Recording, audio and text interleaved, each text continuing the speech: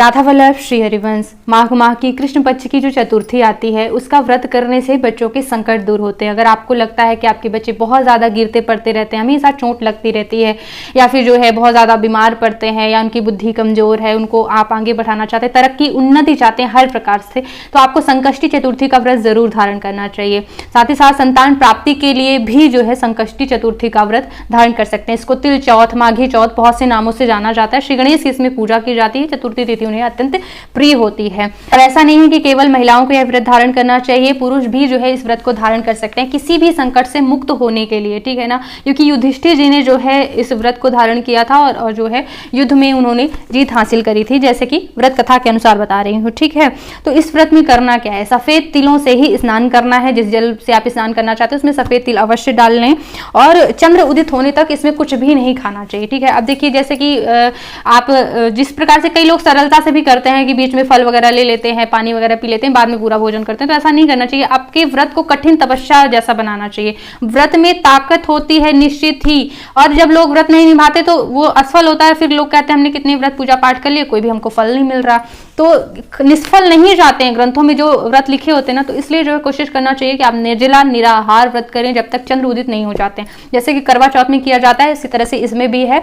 चंद्र उदित होने के बाद उनकी पूजा, उनको अर्घ देने के बाद ही जो है भोजन ग्रहण किया जाता है। साथ ही साथ श्री गणेश की पूजा जो है षोडशोपचार से, कलश स्थापना करके बढ़िया से फिर की जाती है। अलग अलग मतलब जैसे कि क्षेत्र होते हैं उसमें अलग अलग रिवाज होते हैं कि तिल के पहाड़ बनाओ, तिल के ये बनाओ, फिर काटो।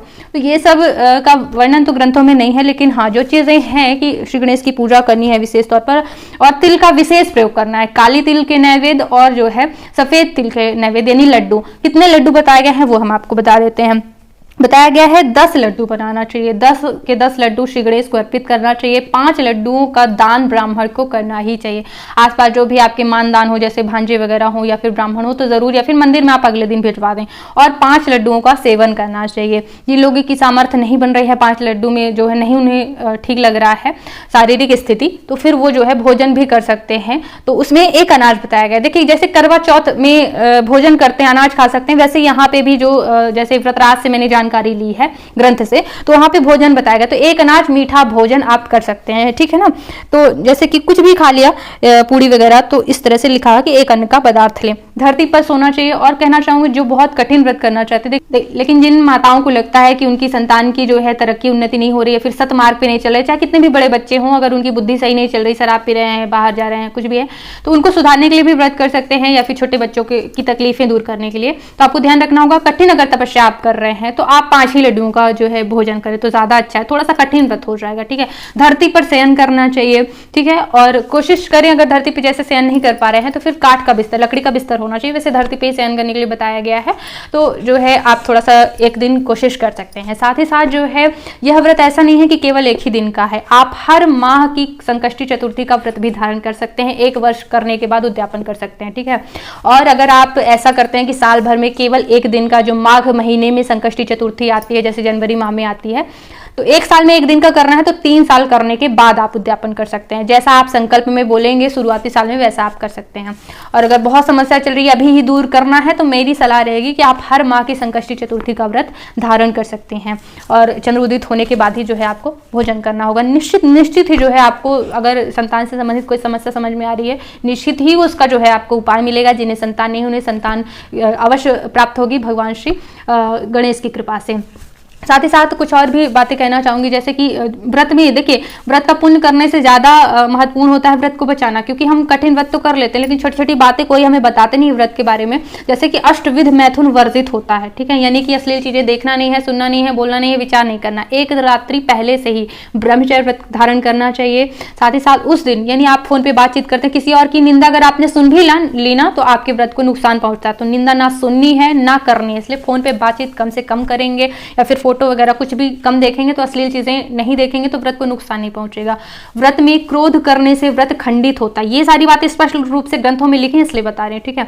गुस्सा नहीं करना है बेवजह। साथ ही साथ जो है व्रत में जैसे कि दिन में सोना भी वर्जित होता है, तो दिन में सोना भी नहीं, बार बार जल पीने से, तो इसमें तो कह रही हूँ कि निर्जला निराहार व्रत करें अगर कठिन करना है तो इसलिए बार बार जल पीने से भी जो है व्रत निश्चित होता है।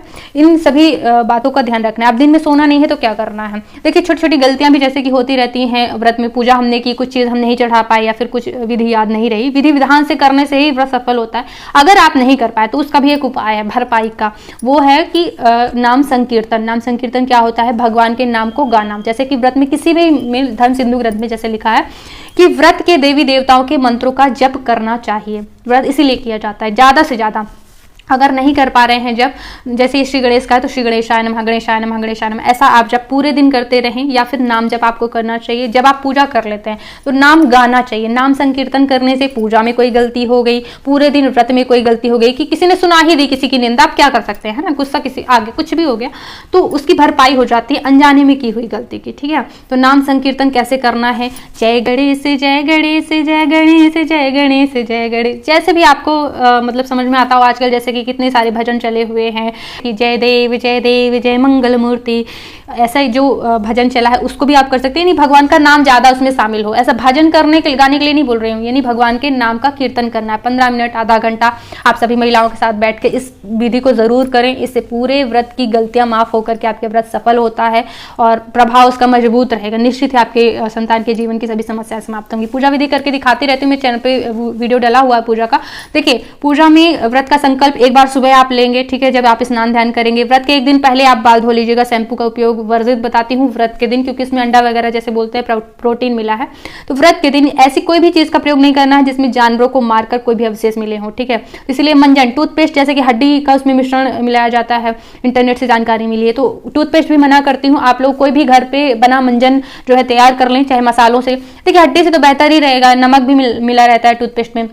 कोई भी आप मंजन करेंगे घर पे बना तो वो तो हड्डी से ज़्यादा अच्छा रहेगा। ठीक है, साथ ही साथ जो है तेल की मालिश वर्जित होती है और साबुन भी, क्योंकि उसमें भी चर्बी मिलाए जाने की बात इंटरनेट पे मिलती है। तो ऐसी चीज़ कोई भी प्रयोग नहीं करना जिससे व्रत को नुकसान पहुंचता है। ठीक है, तो इन सभी बातों को ध्यान रख करके केवल बालों को गीला करके व्रत के दिन स्नान करें और फिर पहले संकल्प ले लें व्रत करने का सुबह सुबह। और सूर्योदय के बाद बिल्कुल नहीं उठना है, सूर्योदय के पहले ही उठना होता है, वरना एक नियम यहीं पे भंग हो जाता है, ध्यान रखिएगा। फिर आप संकल्प लेने के बाद क्या है, 2 बार संकल्प लिया जाता है। एक बार जब आप पूजा करने की तैयारी करेंगे चंद्र उदित होने के बाद, वहां पे ये संकल्प लिया जाता है कि मैंने जो व्रत किया है उसकी पूर्णता के लिए पूजा करने का संकल्प लेती हूँ। तो ये 2 संकल्प ध्यान रखिएगा। संकल्प ऐसा होता है जैसे हम भगवान को बता रहे हो कि हम इतने संख्या के व्रत इस मनोकामना के लिए, अब 3 संतानें हैं, किस संतान की मतलब आप समस्या दूर करना चाहते हैं या फिर सभी संतानों की, तो संकल्प जैसे हम बता रहे हो भगवान को कि हमने ये व्रत इसके लिए इतनी संख्या में इतना इतना करेंगे। ठीक है ना, तो इसलिए बड़ा जरूरी है सुबह बोलना हो जब पूजा कर रहे हैं तो व्रत की पूर्णता के लिए हम पूजा करने का संकल्प लेते हैं, जिसमें हम चंद्र देवता की पूजा, श्री गणेश और कलश स्थापना करेंगे, ऐसा कहकर ऐसे संकल्प रखना होता है। ठीक है ना, बताती हूँ पूजा विधि पूरा तो देख लीजिएगा। पूजा शुरू करने से पहले, संकल्प भी लेने से पहले आचमन किया जाता है शुद्धिकरण के लिए। तो जैसे कि बाद में आचमन में जो है मैं बताती हूँ जल ग्रहण करने पीने के लिए, लेकिन ये निर्जला निराहार व्रत है तो आप इसको जो है अगर नहीं इच्छा है, वैसे तो लिखा है कि आचमन के जल से किसी भी व्रत का खंडन नहीं होता है, लेकिन फिर भी जल नहीं पीना चाहते हैं तो आप केवल ओठ में स्पर्श करा करके नीचे गिरा देंगे। पवित्रीकरण की यह विधि करने के बाद फिर षोडशोपचार से जो है भगवान की पूजा करेंगे। जैसे कि हम अपना श्रृंगार करते हैं, ध्यान रखते हैं कि कौन सी चीज के बाद कि मतलब पाउडर लगा ले, फिर काजल और लिपस्टिक लगाएं, फैले नहीं मेकअप, वैसे ही भगवान का भी मेकअप समझिए श्रृंगार किया जाता है। ये बात ध्यान, प्रेम वैसा किया जाता है जैसे कि हम अपने निजी जनों की कर रहे हो, वो प्रेम भगवान भाव स्वीकार करते हैं। लास्ट में क्षमा याचना जरूर कीजिएगा। नाम संकीर्तन करके जो है आप अपना रात्रि में भोजन कर सकते हैं। पहले गाय को जरूर खिलाइए, घर में कन्या हो जरूर खिलाइए, बड़े बुजुर्गों को खिलाइए, फिर जो है आप भोजन ग्रहण करें। इस प्रकार से व्रत को और अधिक मजबूत बनाने के लिए जो है ब्राह्मण के लिए सूखा अनाज भी हर एक व्रत में जरूर निकालना चाहिए। इससे भी व्रत की सफलता होती है, व्रत में हुई गलतियों की या जो सामग्री हम नहीं चढ़ा पाए उन सबकी भरपाई हो जाती है। तो सूखा अनाज ब्राह्मण को दान करना चाहिए। इस तरह से हर व्रत त्योहार की जानकारी जानने के लिए बेल आइकन पर प्रेस जरूर कर लीजिएगा, ताकि जब भी वीडियो डालूं तो आप सभी के पास सबसे पहले नोटिफिकेशन पहुंचे। एक बार चैनल पे आगे और भी वीडियो देखिएगा। राधे राधे।